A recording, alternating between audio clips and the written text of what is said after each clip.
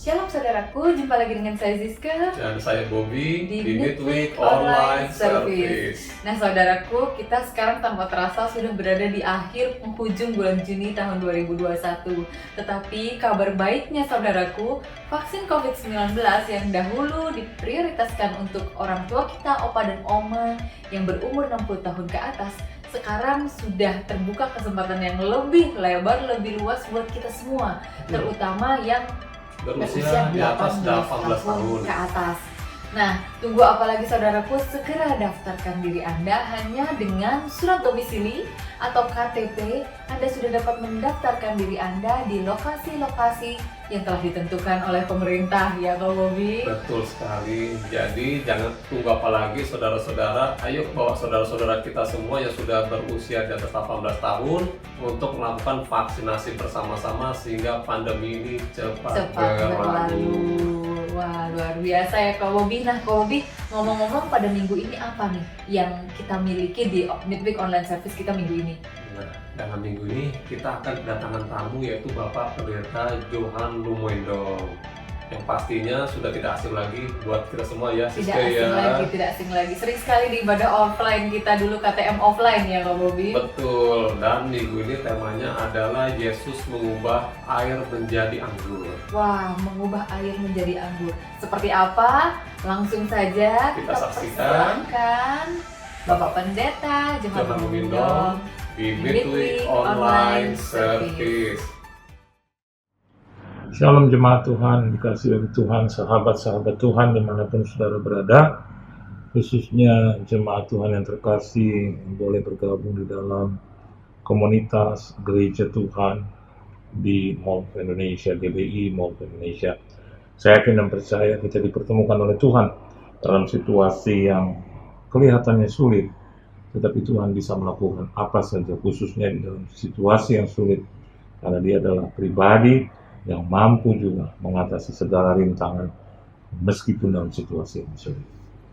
Kita pernah mendengar bahwa Dia pelaku mujizat, Dia yang melakukan segala sesuatu yang tidak mungkin menjadi mungkin di situasi yang sulit. Hari-hari ini kita mungkin melihat bahwa situasi kita tidak menguntungkan, tetapi andalkan Yesus dalam hidupmu, undang Yesus dalam hidupmu, maka Dia akan melakukan seperti apa yang kita ingin. Kita akan berdoa terlebih dahulu sebelum kita mendengarkan kebenaran firman Tuhan. Bapa dalam sorga, Bapa yang baik, yang kami kenal di dalam nama Tuhan kami, Yesus Kristus, kami yakin dan percaya Engkau sudah ada di tengah-tengah kami, dan Engkau siap memberkati kami dengan firman. Berkata-kata Engkau Tuhan, tegur, nasihati dan berkati kami supaya ketika kami menyelesaikan segala sesuatu dalam mendengarkan firman Tuhan ini, kami beroleh kekuatan yang baru. Dalam nama Tuhan Yesus, kami sudah berdoa, mengucap syukur dan berterima kasih. Haleluya. Amin. Ya. Nah, hari ini kita bisa melihat ada satu kebenaran firman Tuhan yang memberkati kita. Mari saya ajak saudara untuk melihat kebenaran firman Tuhan di dalam Injil Yohanes pasal yang kedua, di ayatnya yang ke-9 sampai dengan ayat yang ke-11. Yohanes pasal yang kedua, ayat 9 sampai dengan ayat yang ke-11. Kalau saudara memiliki Alkitab di tangan Anda, mari kita akan baca bersama-sama. Demikian firman Tuhan, setelah pemimpin pesta itu mengecap air yang telah menjadi anggur itu dan ia tidak tahu dari mana datangnya, tetapi pelayan-pelayan yang mencedok air itu mengetahuinya, ia memanggil mempelai laki-laki dan berkata kepadanya, ayat yang ke-10, setiap orang menghidangkan anggur yang baik dahulu dan sesudah orang puas minum barulah yang kurang baik. Akan tetapi engkau menyimpan anggur yang baik sampai sekarang. Hal itu dibuat Yesus di Kana di Galilea sebagai yang pertama dari tanda-tandanya, dan dengan itu ia telah menyatakan kemuliaannya dan murid-muridnya percaya kepadanya. Ya, ini ada di dalam satu situasi yang sulit, saudara, ya, di mana ada sepasang perempuan dan wanita tentunya sedang melangsungkan pernikahan, dan Yesus diundang di situ, dan juga Alkitab katakan ibunya juga diundang ke sana. Dan Alkitab juga menulis bahwa mereka kehabisan anggur. Nah, menurut tradisi Yahudi, ketika ada satu pesta, ada satu festival diadakan dan tuan rumah itu kekurangan atau kehabisan anggur, itu adalah sesuatu yang memalukan, saudara. Ya, nah hari ini mungkin saja di situasi yang kurang dan tidak baik, Anda juga mengalami hal yang sama, ya. Sepertinya ada dalam ketakutan dan mungkin hal-hal yang bisa mempermalukan kita. Tapi tenang, saudara. Kenapa demikian? Kita masih punya Yesus yang kita bisa andalkan di dalam situasi dan kondisi apapun, ya. Dan ayat 11 di situ dikatakan bahwa itu dibuat Yesus di Kana yang di Galilea, ya, sebagai pernikahan itu, atau pernikahan itu berlangsung di Kana yang di Galilea. Nah, tradisi Yahudi tidak merayakan pernikahan atau pesta perkawinan itu hanya satu hari, tapi bisa 1 minggu, saudara. Ya, saya catat di sini week long festivals. Jadi artinya dalam seminggu gitu bisa mereka lakukan itu, karena itu merupakan satu kegembiraan, itu merupakan satu kesenangan, satu sukacita, ya, yang mereka celebrate, yang mereka festif di sana. Nah, dari sana kita juga bisa melihat bahwa di tengah-tengah mungkin sukacita kita, di tengah-tengah kebahagiaan kita, tiba-tiba datanglah sesuatu yang tidak baik. Seperti katakanlah hari ini Corona-19, bahkan sekarang meningkat menjadi Delta, sudah, ya. Kalau tidak salah 16, 17 atau 2 gitu, ya. Tapi yang saya tahu itu Delta yang katanya lebih lebih mematikan, saudara, ya, lebih tajam daripada Corona-19, ya. Dan ini juga terjadi di dalam kehidupan pernikahan mereka yang baru saja mulai.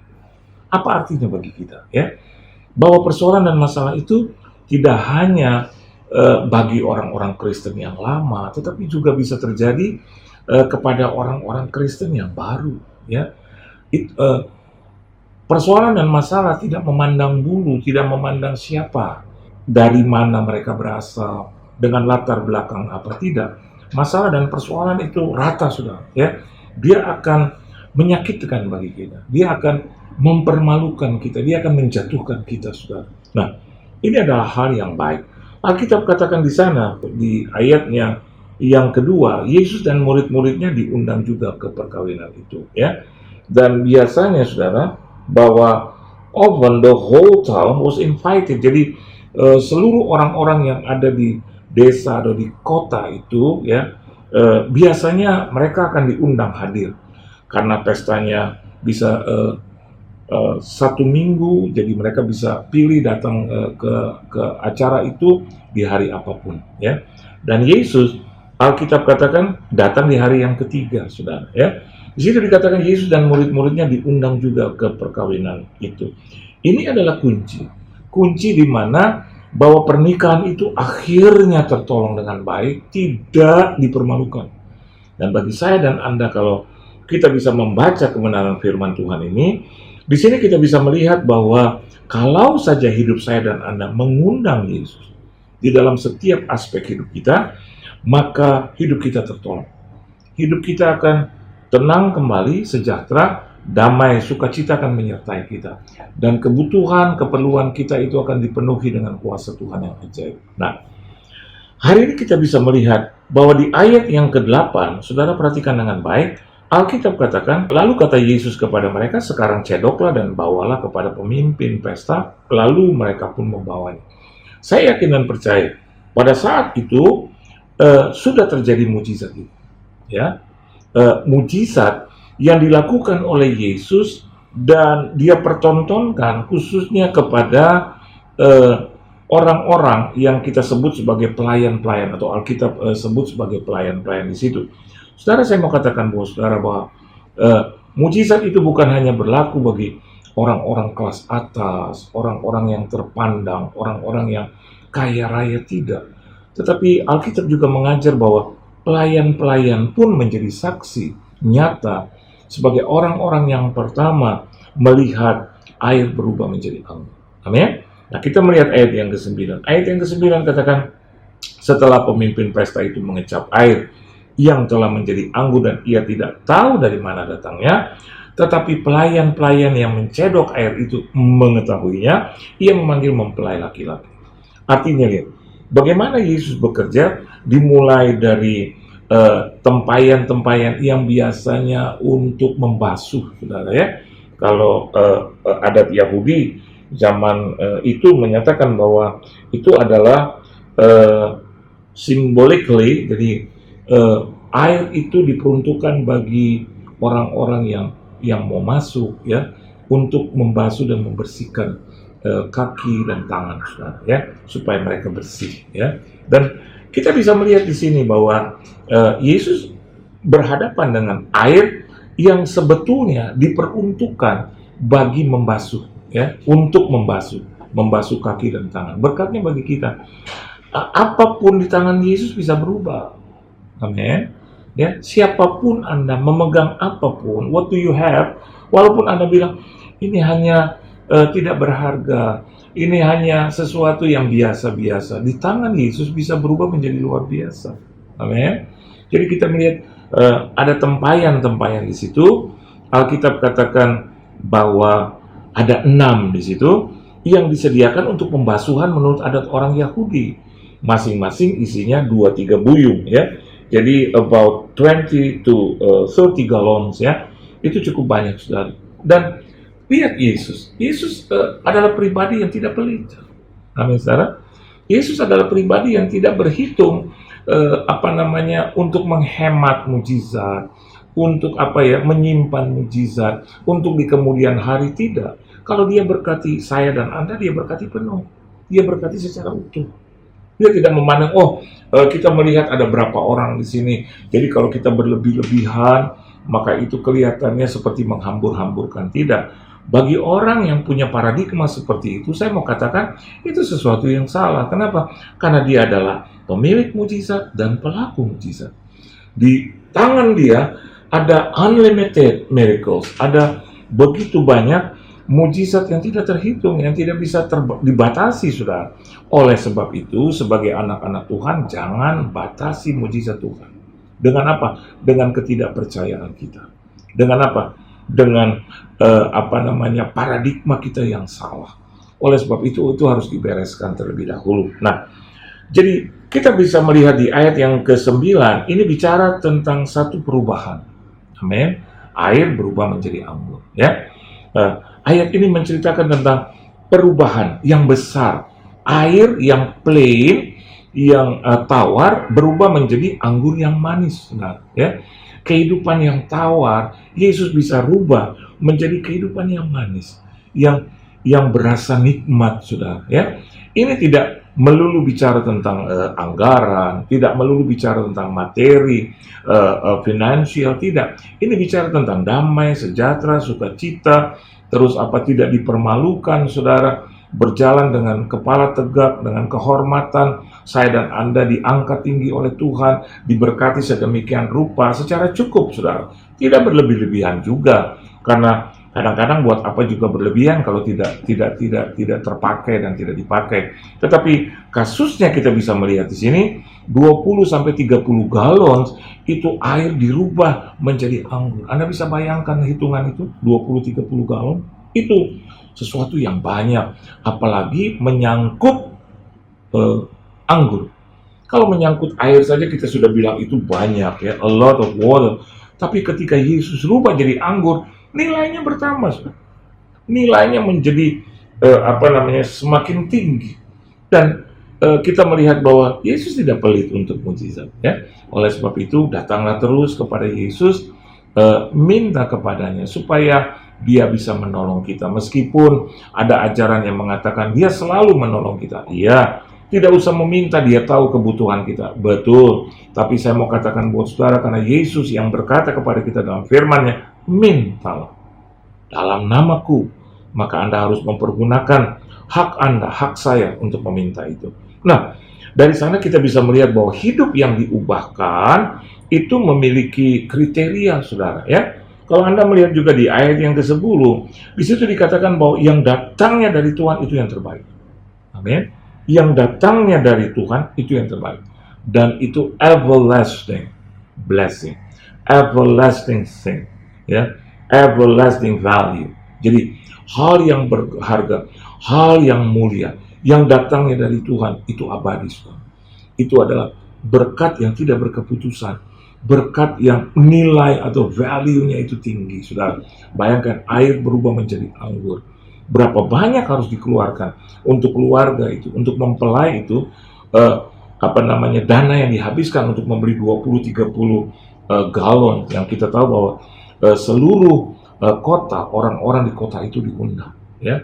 Mereka juga tidak salah karena mungkin ada saja perhitungannya salah, ya. Saya dan Anda juga begitu, sudah memprediksi sedemikian rupa, kita sudah siapkan sedemikian rupa, ternyata di tengah jalan ada perubahan yang signifikan. Dan di situ hal-hal yang primayor yang saya dan Anda tidak bisa ubah, tetapi Tuhan bisa mengatasi itu, ya. Rumah tangga yang diubahkan, amin. Karakter hidup yang diubahkan, amin.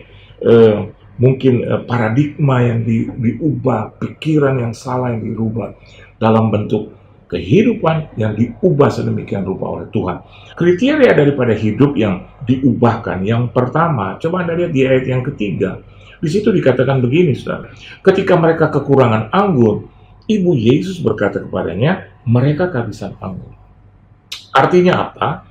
Saya melihat bahwa Ibu Yesus atau Mary atau Maria was telling the truth. Dia sedang menyatakan tentang hal yang benar, tentang hal yang terjadi, hal yang nyata. Ada bukti di situ, ya. Dua hal yang diperlukan oleh pengadilan untuk mengatakan bahwa ternyata itu sahih atau sah. Dan Maria bawa itu. Maria katakan bahwa mereka kehabisan anggur, ya. Dan Alkitab katakan bahwa mereka kekurangan anggur dalam bahasa Indonesia. Dikatakan oleh Maria dalam bahasa Indonesia juga mereka kehabisan anggur, ya. Kekurangan dan kehabisan. Saya tidak membahas itu. Saya sedang membahas tentang bahwasanya Maria berkata jujur. Amin, saudara. Dia tidak berkata seperti ini kepada Yesus. Rasanya mereka mulai kehabisan dan kekurangan anggur, tapi ya mereka sudah siap sebetulnya dengan apa yang akan terjadi, nanti juga mereka akan beli. Tidak. Maria hanya membawa persoalan apa adanya kepada Yesus, dan dia berkata bahwa dia tahu bahwa anaknya ini bisa melakukan sesuatu. Dia percaya, saudara. Jadi di dalam hidup yang diubahkan harus ada based on honesty. Jadi berdasarkan kejujuran. Rumah tangga yang diubahkan oleh Tuhan adalah rumah tangga juga berdasarkan kejujuran. Dasarnya adalah kejujuran, saudara. Coba, kalau hari-hari ini kita menjadi orang Kristen, suami istri, suami masih terus nggak jujur. Istri juga demikian, sama mau nggak jujur. Mau dibawa kemana itu rumah tangga? Ya, kita hidup di dalam ketidakjujuran tiap-tiap hari. Kita akan merasakan hal yang nggak enak itu di dalam hati, bahkan juga dalam pikiran kita. Yang indah itu, saudara, tidak ada ketakutan sama sekali kalau kita hidup jujur di hadapan Tuhan, bahkan di hadapan spouse, pasangan, ataupun di hadapan sesama umat manusia. Kalau Anda dalam bisnis, dalam usaha, berlaku jujur. Jujur di sini bukan berarti tidak cerdik. Alkitab katakan, cerdiklah seperti ular, tapi tulus seperti merpati. Ada paduan di situ, ya, bahwa kita boleh tulus, kita dengan jujur, tetapi kecerdikan juga kita pakai. Orang-orang banyak berkata bahwa hari-hari ini, Pak, kalau kita jujur, rasanya keuntungannya sedikit. Tidak, justru semakin besar, saudara. Akan banyak orang datang kepada Anda. Merasa apa? Merasa puas. Kenapa? Karena ada kejujuran di situ. Tidak ada selingkuh, tidak ada kebohongan demi kebohongan. Tiap-tiap hari bohong terus. Tiap-tiap minggu bohong terus, ya. Tiap-tiap jam bohong terus. Anda ketemu dengan orang yang seperti itu, saya yakin dan percaya itu menakutkan dan membosankan, saudara. Rasanya kita bilang, udah deh, saya nggak usah gaul lagi sama dia. Udahlah, orang ini lenyap dalam hidupku. Kenapa? Karena ketidakjujuran. Oleh sebab itu, kalau Anda melihat hidup Anda diubahkan oleh Tuhan, mau hidupmu diubahkan oleh Tuhan, maka dasar yang pertama adalah kejujuran, based on honesty. Ya. Yang kedua, yang saya juga bisa bagikan kepada Anda, ayat yang keempat, kata Yesus kepadanya, mau apakah engkau daripadaku, ibu, saatku belum tiba. Saudara, di dalam terjemahan yang lain, dalam terjemahan bahasa Inggris, dipakai kata woman, ya. Dan banyak orang berkata, kok Yesus sebagai anak, ya, dari dari Ibu Maria, begitu, kok dia panggil woman? Saya mau katakan buat Anda, tidak ada yang salah di situ. Kenapa demikian? Waktu dia menjawab kepada ibunya, kepada Maria, sesungguhnya dia sedang menempatkan dirinya as Lord. Dia menempatkan dirinya as a master. Kenapa? Karena ibunya berkata mereka kehabisan anggur. Pasti ibunya juga mengharapkan sesuatu supaya Yesus, dan dia tahu Yesus adalah solusinya. Nah, oleh sebab itu dia berkata, kalau kau tahu bahwa aku adalah solusi bagi pemilik atau yang sedang melangsungkan pernikahan, maka aku juga berkata, ya, mau apakah kau, wanita, perempuan. Dia sedang menempatkan juga Maria sebagai umat manusia. Dia menempatkan Maria sebagai gereja Tuhan, saudara. Oleh sebab itu kita bisa melihat, dia katakan saatku belum tiba. Bukan jemaat Tuhan, bukan manusia yang menentukan waktunya, tetapi Tuhan yang menentukan waktu. Segala sesuatu itu bekerja sesuai dengan waktu Tuhan, according to His timetable. Hal yang kedua yang saya ingin bagikan buat Anda, kalau rumah tanggamu ingin utuh, tetap berjalan, ya, bahkan diubahkan sedemikian rupa sehingga tetap bisa sampai Tuhan Yesus datang kali yang kedua, tidak dipermalukan, bahkan diberkati, dijagai, disertai, dipimpin dan dibela oleh Tuhan. Not only based on honesty, tapi yang kedua adalah based on respect. Yesus tidak sedang menghina ibunya dengan perkataan woman seperti itu, tapi dia sedang menegur ibunya dengan gereja Tuhan. Dan ternyata kata itu adalah baik buat kita. Kalau hari ini Anda sedang berdoa meminta kepada Tuhan, wajar kalau dia katakan saatku belum tiba. Amin, saudara. Karena dia akan menolong kita sesuai dengan waktunya Tuhan. Dia tidak pernah terlambat, amin. Dia tidak pernah terlalu cepat. Dia bisa menolong saya dan Anda tepat pada waktunya, sesuai juga dengan rencananya. Jadi kenapa kita harus bergegas? Kenapa kita juga harus paksa Tuhan untuk melakukan sesuatu yang menurut kata kita, hari ini juga Tuhan, saat ini juga? No. Dan Maria tidak memaksa itu. Maria tidak berkata selanjutnya kepada Yesus dengan perkataan-perkataan atau argumen yang lain. Ya, karena Yesus sudah menjawab dengan tegas, dan Maria tahu bahwa posisi daripada anaknya tanda kutip itu saat itu berubah menjadi Tuhan yang layak dia sembah. Karena Maria membawa persoalan mereka kehabisan anggur. Dan Yesus tahu Maria menempatkan dia juga sebagai Tuhan dia, sebagai master dia. Kenapa? Dia bawa itu persoalan, saudara. Hari ini kita juga harus bawa persoalan kita karena kita tahu bahwa He is the master, He is the Lord. Dia adalah Tuhan, based on respect. Ya, jangan seperti kebanyakan orang yang tidak mengenal Tuhan sama sekali. Saya dan Anda harus menghormati Tuhan sedemikian rupa. Amin, saudara. Dia mati buat kita. Betul, dia pernah menjadi manusia di muka bumi, tetapi penghormatan kita kepada Tuhan itu tetap. Amin. Banyak orang seringkali bertengkar sekarang tentang keberadaan Yesus, keabsahan Yesus. Saya mau katakan bahwa saudara, berhenti dengan perdebatan itu. Ya, mereka adalah orang-orang yang menyebut nama Tuhan dengan sembarangan. Mereka memperkarakan Yesus gitu, seolah-olah Yesus itu hanya manusia biasa. Saya mau katakan bahwa saudara, tidak ada kehormatan di sini. Anda dan saya tidak harus juga menjawab orang-orang yang seperti itu. Yesus waktu ditanya oleh Pilatus hanya satu kali dia menjawab, engkau yang mengatakan. Ketika Pilatus bertanya terus, dia berhenti. Artinya, tidak ada lagi respect untuk orang-orang yang seperti itu. Hari ini kita juga harus menghormati keberadaan daripada pasangan kita. Tempatkan dia di posisi masing-masing. Yesus menempatkan Maria bukan hanya sebagai ibunya, tetapi sebagai gereja Tuhan, sebagai manusia. Dan Maria juga harus menempatkan anaknya tanda kutip sebagai Tuhan dan Juru Selamatnya. Dan dia berkata, saatku belum tiba memang, bahwa waktu Tuhan bukan waktu kita. Amin, saudara. Dan waktu kita itu bukanlah waktu Tuhan. Jadi kita menghormati suami kita. Kita juga harus menghormati istri kita dengan posisinya sebagai istri, sebagai pria. Dan Alkitab katakan hormati itu firman Tuhan. Ketika dia katakan, hai suami, kasihlah istrimu. Dan hai istri, tunduklah kepada suamimu. Kita tempatkan posisi itu. Di mana status kita tempatkan itu di situ, ya. Tidak lebih tidak kurang.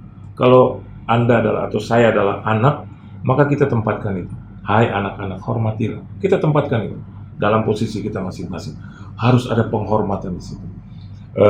Ketika Anda melihat bahwa harusnya kita beribadah, kita juga harus menghormati itu. Kita tempatkan Tuhan di posisinya yang benar. Harus ada penghormatan.